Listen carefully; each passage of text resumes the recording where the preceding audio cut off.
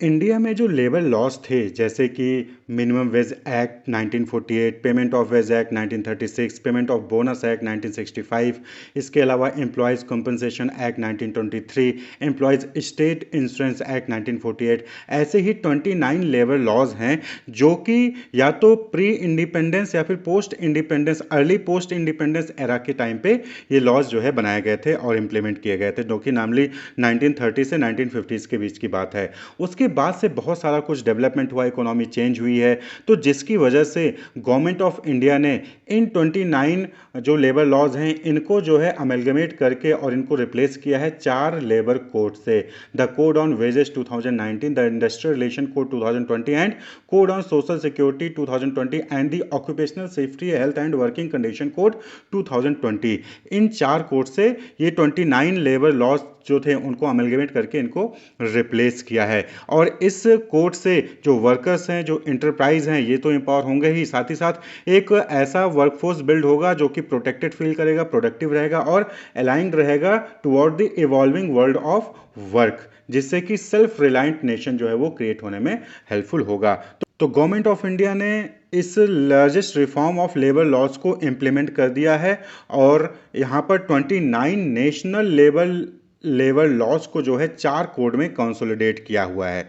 29 national labour laws को 4 code में consolidate किया है। कौन कौन से कोड में? Code on wages 2019, code on social security 2020, occupational safety health and working conditions code 2020 and industrial relation code 2020।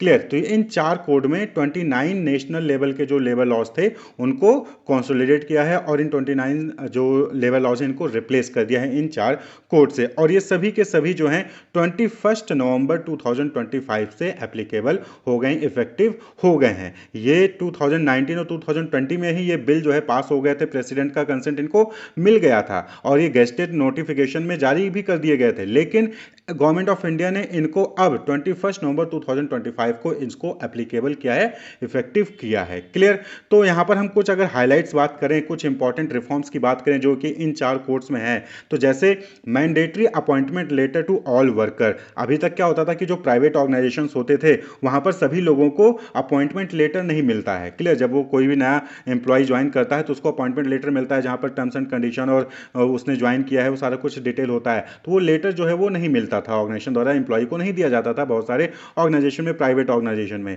लेकिन अब यहां पर इस लेबर कोड के जरिए ये चीज जो है मैंडेटरी कर दिया गया है कि अपॉइंटमेंट लेटर सभी वर्कर्स को दिया जाएगा, जो कि एक रिटन प्रूफ होगा और जो ट्रांसपेरेंसी, जॉब सिक्योरिटी और फिक्स्ड एम्प्लॉयमेंट के लिए जरूरी होगा। क्लियर? इसी तरीके से under the code on social security 2020 सभी वर्कर्स, चाहे वो गिग वर्कर हो चाहे प्लेटफॉर्म वर्कर हो, उनको सोशल सिक्योरिटी कवरेज मिलेगा। गिग एंड प्लेटफॉर्म वर्कर का मतलब समझ रहे हैं? जो फ्लेक्सिबल और टेम्पोररी वर्क करते हैं, जैसे फूड डिलीवरी वाले हो गए, राइड शेयरिंग वाले हो गए, होम बेस्ड टेलर्स हो गए, तो इनको भी सोशल सिक्योरिटी कवरेज जो है वहां पर मिलेगा।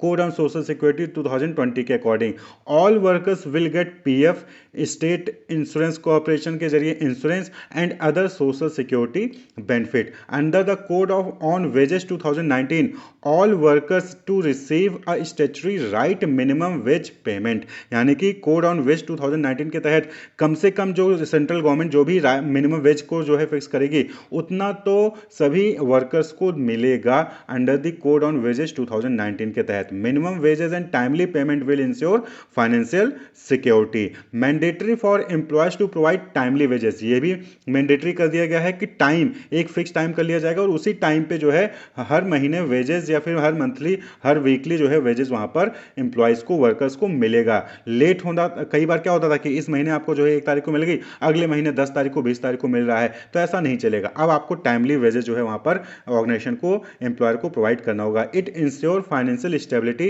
Reducing work stress and boosting overall moral of the worker. ये जो है वर्कर के मोरल को इंप्रूव करेगा। भाई जब टाइमली वेजेस वहां पर मिल रहा है तो वो एम्प्लॉय अच्छे से काम करेगा जिससे कि उसको टाइम पे वेजेस वहां पर मिले। इसी के साथ साथ employer must provide all workers above the age of 40 years with a free annual health checkup. यहां पर क्या होगा कि नए रिफॉर्म में क्या हो रहा है कि 40 साल या उससे ज्यादा जो भी एम्प्लॉयज होंगे, वर्कर्स होंगे, उनको जो ऑर्गेनाइजेशन है वो फ्री एनुअल हेल्थ चेकअप जो है वो प्रोवाइड करेगा, जो कि प्रमोट करेगा timely preventive health care culture को। क्लियर? कि यहां पर एम्प्लॉयर जो है वो एम्प्लॉय के हेल्थ को भी जो है कंसीडर करेगा, उसको लिए भी जो है वो फिक्र कर रहा है। वहीं पर women's are permitted to work at night in all type of work across all establishment. इस रिफॉर्म के तहत अब क्या हो गया है कि जो वुमेन है वो अब नाइट में भी सभी टाइप के वर्क सभी टाइप के इस्टेब्लिशमेंट्स में काम कर सकती हैं, नाइट में भी, subject to their consent and required safety measure. Subject क्या है, यानी कि कंडीशन क्या है कि यहाँ पर वुमेन का कंसेंट वहां पर होना चाहिए। आप जबरदस्ती बिना वुमेन के कंसेंट के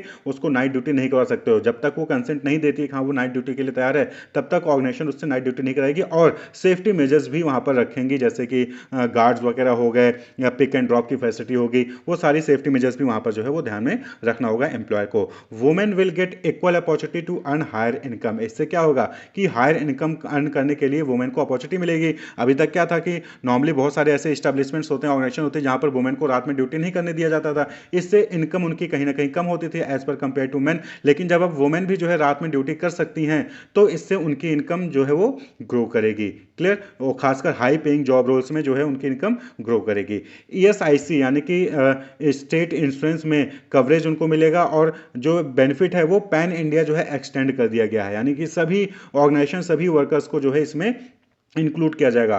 वॉलेंट्री है for establishment with fewer than 10 employee, यानी कि 10 एम्प्लॉयज, अगर किसी ऑर्गेनाइजेशन में 10 एम्प्लॉय से कम है तो वो वॉलेंट्री है, वो चाहे तो ईएसआई कवरेज ले सकते हैं या फिर न लें। लेकिन मैंडेटरी है कुछ एस्टेब्लिशमेंट्स के लिए जहां पर हैजार्डस प्रोसेस है, यानी कि कोई ऐसा काम है जहां पर खतरा ज्यादा है, तो ऐसे केस में अगर आपके 10 एम्प्लॉय से कम है तब भी आपको ईएसआईसी कवरेज वहां पर लेना पड़ेगा। क्लियर, तो ये कंडीशन है। 10 से कम है, वॉलंटरी है, लेकिन कोई ऐसा आप काम कर रहे हो जो कि हैजार्डस नेचर का है तो वहां पर चाहे 10 से कम हो तभी ईएसआई कवरेज वहां पर प्रोवाइड करना होगा। तो इससे सोशल प्रोटेक्शन कवरेज जो है वो मिलेगा सभी वर्कर्स को। वहीं पर single registration pan India single licence और सिंगल रिटर्न का फॉर्म जो है वहां पर अवेलेबल होगा, जिससे कि जो बर्डन होता था कॉम्प्लायंस का वो रिड्यूस होगा और प्रोसेस जो है वो सिंप्लीफाई होगा। तो ये कुछ इंपॉर्टेंट रिफॉर्म्स हैं जो कि नए 4 लेबर कोड्स में इंक्लूड किए गए हैं। क्लियर, तो अब हम यहाँ पर एक एक लेबर कोड को देख लें कि क्या कब जो है वो पास हुए, कब एसेंट मिला, कौन कौन से एक्ट को रिप्लेस कर रहे हैं। क्लियर, तो ये सारी चीजें हम देखते हैं। तो सबसे पहले हम बात करेंगे कोड ऑन वेजेस 2019, जिसको वेज कोड भी कहेंगे। तो ये जो है 4 एग्जिस्टिंग लेबर लॉज को रिप्लेस करेगा और कंसोलिडेट करेगा and aims to standardise wage provision. तो कौन कौन से वो एक्ट हैं जिनको कोड ऑन वेजेस 2019 रिप्लेस कर रहा है? Payment of wages act 1936, minimum wages act 1948, payment of bonus act 1965 और इक्वल रेम्यूनरेशन एक्ट 1976।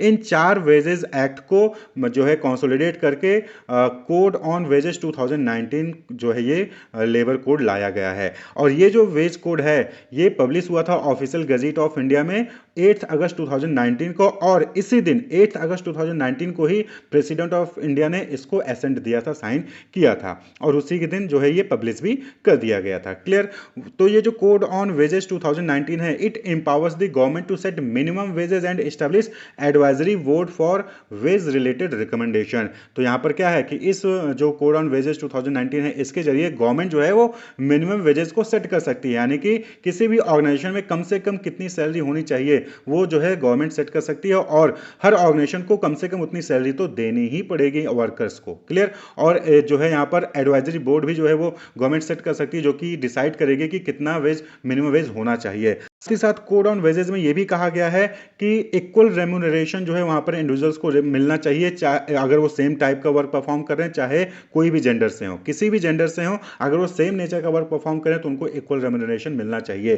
तो इन सब से रिलेटेड जो है कोड ऑन वेजेस में जो है कंडीशंस या फिर कहिए रूल रेगुलेशन बनाए गए हैं। और ये जो कोड है, ये जो कोड ऑन वेजेस 2019 है, ये 9 चैप्टर्स में डिवाइडेड है और टोटल 69 सेक्शंस हैं इस कोड ऑन वेजेस 2019 में। वहीं पर अगला जो कोड है that is code on social security 2020, जिसको एसएस कोड भी कहते हैं, सोशल सिक्योरिटी कोड। क्लियर, तो इसका एम क्या है? It aims at providing social security benefit to worker. Social security benefit जो है वो वर्कर को प्रोवाइड करने के लिए कोड ऑन सोशल सिक्योरिटी 2020 लाया गया। तो यहां पर 9 एग्जिस्टिंग सोशल सिक्योरिटीज लॉज को अमेलगमेट किया है और इनको रिप्लेस किया गया है कोड ऑन सोशल सिक्योरिटी द्वारा। कौन कौन से वो 9 है? Employees compensation act 1923, Employees State Insurance Act 1948, Employees Provident Fund and Miscellaneous Provision Act 1952, Employment Exchange Compulsory Notification of Vacancies Act 1959, Maternity Benefit Act 1961, Payment of Gratuity Act 1972, Sign Worker Welfare Fund Act 1981,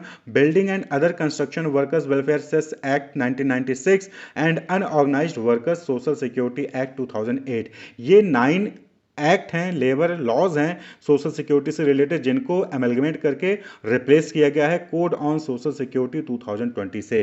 तो ये जो SS code है, social security code है, it also establishes a central authority for implementing and monitoring social security schemes. तो एक जो है यहाँ पर सेंट्रल अथॉरिटी सेट किया जाएगा जो कि मॉनिटर करेगी सभी ऑर्गेनाइजेशन में सोशल सिक्योरिटी स्कीम्स फॉलो हो रही हैं कि नहीं हो रही हैं। The SS code was published, ये जो एसएस यानी कोड ऑन सोशल सिक्योरिटी है, ये ऑफिशियल गजेट में 29 सितंबर 2020 को पब्लिश किया गया था और प्रेसिडेंट ऑफ इंडिया का एसेंट जो है इसको 28 सितंबर 2020 को मिला था। 28 सितंबर 2020 को ये प्रेसिडेंट ऑफ इंडिया का जो है यहाँ पर कंसेंट मिला था और 29 सितंबर 2020 को ही इसको जो है पब्लिश कर दिया गया था गजेट ऑफ नोटिफिकेशन में। लेकिन एप्लीकेबल यानी गवर्नमेंट ऑफ इंडिया ने इसको कब से इफेक्टिव किया है, तो 21 नवंबर 2025 से।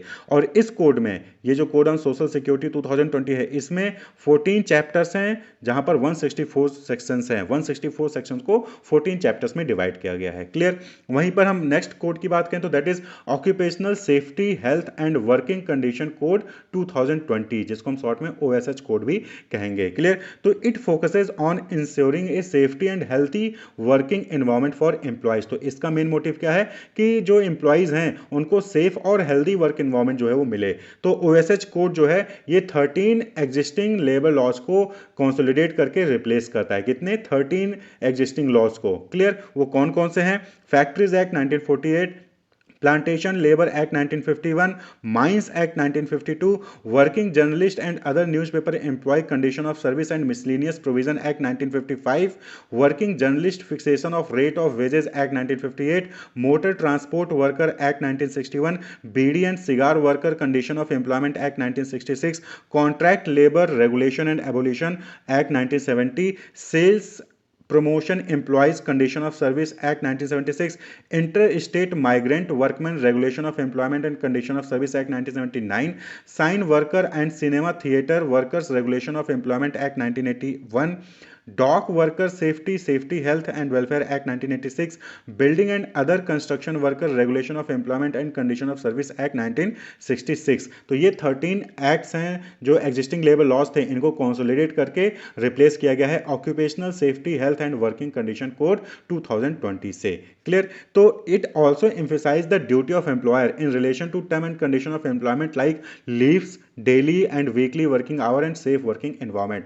यानी कि इस जो ये एक्ट है ये तो सेफ और हेल्दी वर्क एनवायरनमेंट को प्रोवाइड करने के लिए लाया ही गया है ये कोड, साथ ही साथ जो है प्रॉपर लीव मिले एम्प्लॉय को, डेली और वीकली वहां पर वर्किंग आवर फिक्स किया जा सके, सेफ वर्किंग एनवायरनमेंट हो, इससे जो है ये डील करता है। क्लियर। तो जो ये ओएसएच कोड है यानी कि occupational safety health and working condition code है, ये जो है ऑफिशियल गजेट ऑफ इंडिया में 29 सितंबर 2000 को पब्लिश कर दिया गया था और प्रेसिडेंट ऑफ इंडिया का इसको एसेंट 28 सितंबर 2020 को मिला था। 28 सितंबर 2020 को प्रेसिडेंट ऑफ इंडिया ने इसका कंसेंट दे दिया, एसेंट दे दिया, साइन कर दिया और ये गजेट ऑफ इंडिया में 29 सितंबर 2020 को पब्लिश कर दिया गया था। तो ये जो कोड है, इस कोड में 143 सेक्शन हैं जो कि 14 चैप्टर्स में डिवाइडेड हैं। क्लियर। वहीं पर जो अगला कोड है that is industrial relation code 2020, industrial relation code 2020 जिसको आईआर कोड भी कहते हैं। तो सबस्यूम 3 existing statutes and provide a framework for the negotiation and settlement of dispute between employer and employees. तो industrial relation,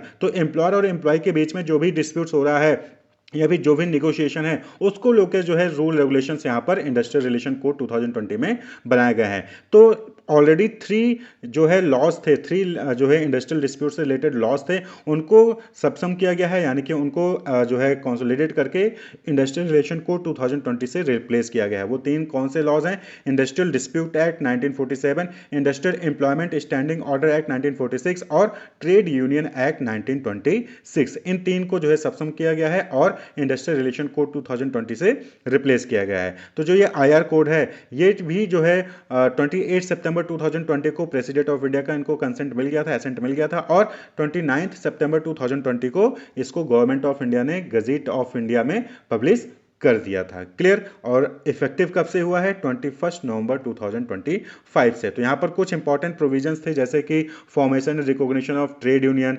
negotiating union, collective bargaining, grievance relation mechanism, इन सबसे related rules regulation industrial relation code 2020 में डाले गए हैं। तो ये जो इंडस्ट्रियल रिलेशन कोड है, यहाँ पर 104 सेक्शन है और 14 चैप्टर में ये डिवाइडेड है।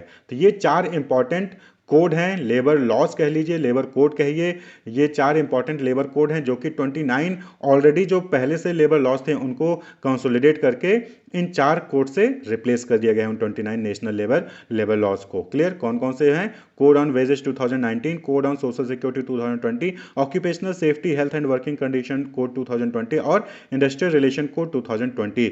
और ये कब से इफेक्टिव हुए हैं? 21 नवंबर 2025 से इफेक्टिव हो गए हैं। Wish you all the best. Keep watching.